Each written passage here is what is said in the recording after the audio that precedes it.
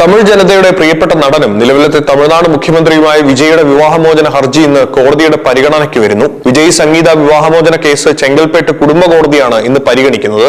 കഴിഞ്ഞ കുറച്ചു കാലങ്ങളായി സോഷ്യൽ മീഡിയയിലും തമിഴ് രാഷ്ട്രീയത്തിലും സജീവ ചർച്ചയായിരുന്ന ഈ വേർപിരിയൽ വാർത്തകൾ ഇപ്പോൾ നിയമപരമായ നടപടികളിലേക്ക് കടന്നിരിക്കുകയാണ്. വിജയ് സംഗീത ദമ്പതികളുടെ വിവാഹമോചന വാർത്തകൾ പുറത്തു വന്നത് മുതൽ വലിയ രീതിയിലുള്ള ചർച്ചകളാണ് തമിഴകത്ത് നടക്കുന്നത്. ഒരു സൂപ്പർ താരത്തിന്റെ വ്യക്തിജീവിതത്തിലെ തർക്കങ്ങൾ എന്നതിനപ്പുറം വിജയ് ഇപ്പോൾ തമിഴ് മുഖ്യമന്ത്രി കൂടിയായതിനാൽ അതീവ സുരക്ഷാ മുൻകരുതലുകളോടെയാണ് കോടതി നടപടികൾ സ്വീകരിച്ചിരിക്കുന്നത്. മുഖ്യമന്ത്രിയുടെ സാന്നിധ്യം കോടതി പരിസരത്ത് വലിയ ജനക്കൂട്ടത്തിനും സുരക്ഷാ പ്രശ്നങ്ങൾക്കും കാരണമാകുമെന്നതിനാൽ പ്രത്യേക ക്രമീകരണമാണ് ഒരുക്കിയിരിക്കുന്നത്. തമിഴ് മുഖ്യമന്ത്രി എന്ന നിലയിലുള്ള അതീവ സുരക്ഷാ കാരണങ്ങൾ മുൻനിർത്തി വിജയും സംഗീതയും നേരിട്ട് കോടതിയിലെത്തില്ല.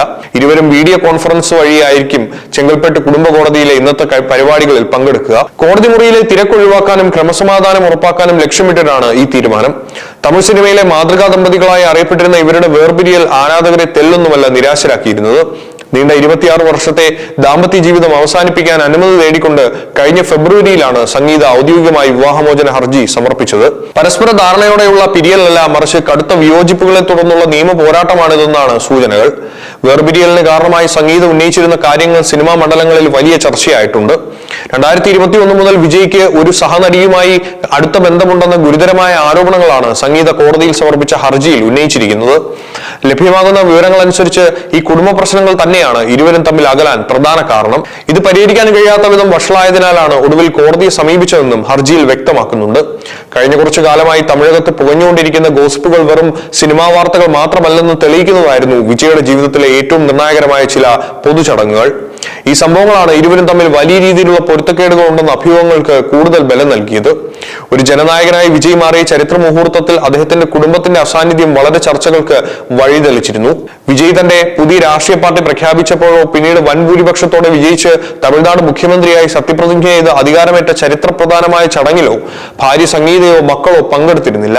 ഒരു രാഷ്ട്രീയക്കാരന്റെ ജീവിതത്തിലെ ഏറ്റവും വലിയ നേട്ടത്തിൽ ഒപ്പം നിൽക്കേണ്ട കുടുംബം മാറി നിന്നത് തമിഴ് രാഷ്ട്രീയ ലോകത്ത് വലിയ രീതിയിലുള്ള ഊഹാപോഹങ്ങൾക്ക് കാരണമായി.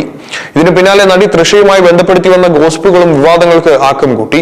കുടുംബം തകർച്ചയുടെ വക്കിലെത്തിയപ്പോൾ ബന്ധം വീണ്ടെടുക്കാൻ വിജയുടെ മാതാപിതാക്കൾ സജീവമായി രംഗത്തിറങ്ങിയിരുന്നു.